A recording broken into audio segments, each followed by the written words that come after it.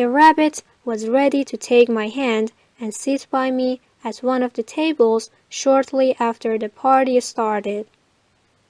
The dolls arrived in some toy cars, planes, and helicopters, the donkey and turtles hanging from the tails of baby camels. Hanging monkeys and rabbits came while they were running. It was a strange and noisy party with lots of food, like fried turkeys, grilled chicken, lamb, various stews, and many other foods I could not understand what they were. And there were fruits as much as you wanted. The camel stood by the pool and nodded to everyone and said, "Hello everyone, young and old. Glad you are all here. But I wanted to ask you, do you know for whom and why we had such an expensive party?" The donkey said, "Because of Latif. We wanted him once to eat these delicious foods." The monkey behind the machine gun said, "Latif always comes to us. He watches us and we love him." The leopard said, "Yes, as Latif wants us to be his, we want to be his too." Lion said, "Yes, millionaire kids get bored with us very quickly.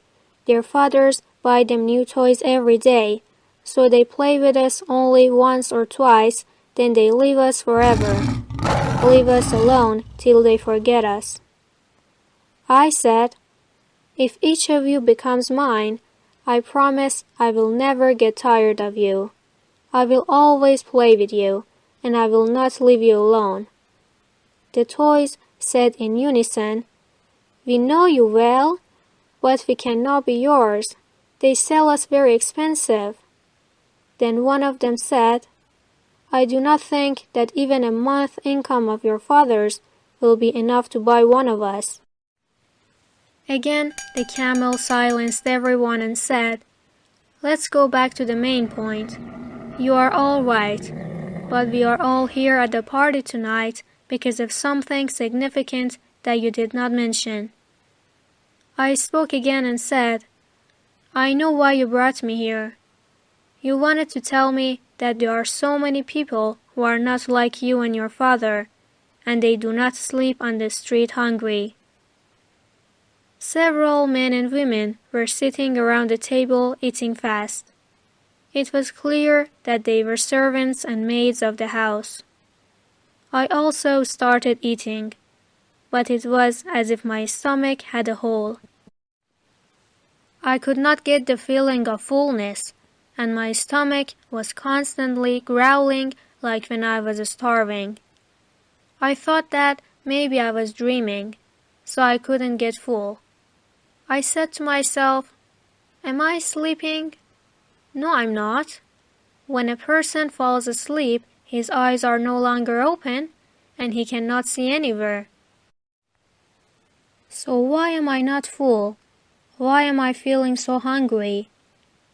Now I was walking around the mansion and touching its walls, and the precious stones of the walls.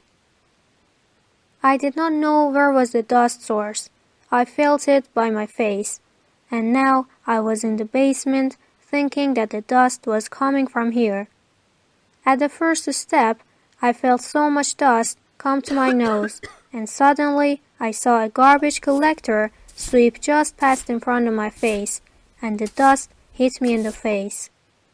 I told myself, what happened to me? Did I have a dream? I saw my father's trolley, and then I heard the noise of the taxis, and then in the dawn of morning I could see buildings around the crossroads. So I wasn't asleep. Now garbage collector has passed me, but he was still dusting and leaning the sidewalk and moving forward. I said to myself, so I have dreamed them all. Oh no. My father bent down from the cart and said, "Sweet sleep." I said, "No, no." My father said, "Okay, you are not asleep. Why are you shouting? Come up here." I went to him. My father put his arm under my head, but I could not sleep. My heart was pounding. My father saw that I was still awake, so he asked me why you were late last night. I was tired, so I fell asleep early. I said that 2 cars had an accident and I stopped to watch and got stuck. And then I said to my father, "Does the camel talk and fly?" My father said, "No, he could not." I said, "Yeah, the camel does not have feathers." My father said, "Son, why are you talking about the camel every morning when you wake up?" But I was thinking about something else and I said that being rich is also a good thing. Plus, one can eat whatever he wants or has whatever he wants. Right, father? My father said, "Don't be ungrateful, son. God himself knows well who to make rich and who to make poor." My father always said the same thing. So in the morning, my father took his shoes from under his head and wore them. Then we got off the cart. My father said, "Yesterday I could not sell the potatoes well, and more than half of it is still here." I told him, "You should take another kind of goods to sell."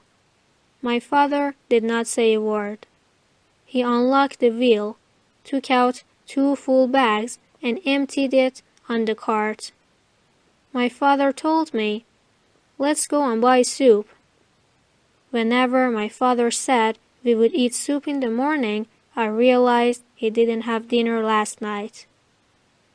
We were going to the city park. The older man was selling soup. As usual, he was sitting in the middle of the sidewalk back to the street while his pot was on fire and boiling. 3 male and female customers sat there and ate soup in aluminum bowls. The woman was a ticket seller like Zivar and wearing a veil.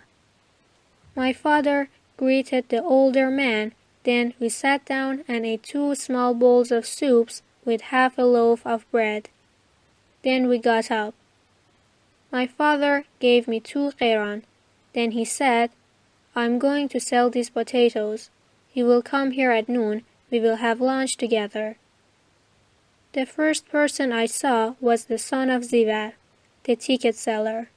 He stopped a man and kept saying, "Sir, buy a ticket. With God willing you will win. Sir, God bless you." The man got rid of Zivar's son and left. Zivar's son cursed a few times and wanted to go. So I called him and said, "He didn't buy?" Zivar's son said he was angry as if he had fought with his wife. Then we walked together. He used to hold groups of 10 or 20 tickets in front of people and kept saying, "Mister, ticket. Miss, ticket." The son of Zivar earned 1 qiran for every ticket he could sell. And then, when he made enough for himself, he did not sell tickets anymore. He went for games, walks, fights, and movies. He was richer than all of us. He lay under a bridge and slept for an hour or 2 at noon. He used to wake up before the sun rose in the morning and get about 20 tickets. He walked away and tried not to lose the morning customers to sell them all before afternoon. He did not want to waste his afternoon by selling tickets. He sold 3 tickets until we reached Naderi Street. Then he said, "I have to stay here." The shops were open one by one, and the toy shop was closed. My camel had not yet come to the sidewalk. I did not want to knock on the door so my camel could sleep more. I went down to the sidewalk. The streets were full of school children. 1 or 2 school children were sitting next to their parents and going to school in each car. At that time, I could only find Ahmad Hussein to get rid of loneliness. I went through several streets again to reach the roads where there were no smoke particles and the smell of dirt. Children and adults all had clean clothes. Their faces and hairs were shiny. Girls and women shone like colorful flowers, and the shops and houses looked like mirrors in the sun. Every time I passed by these neighborhoods, I thought I was sitting in the cinema watching movies. I could never understand how they ate, slept, talked, how they dressed in houses so high and clean. Do you know how you lived in your mother's womb? For example, you can see in front of your eyes in your mother's womb how you eat? No, you cannot. I was like you.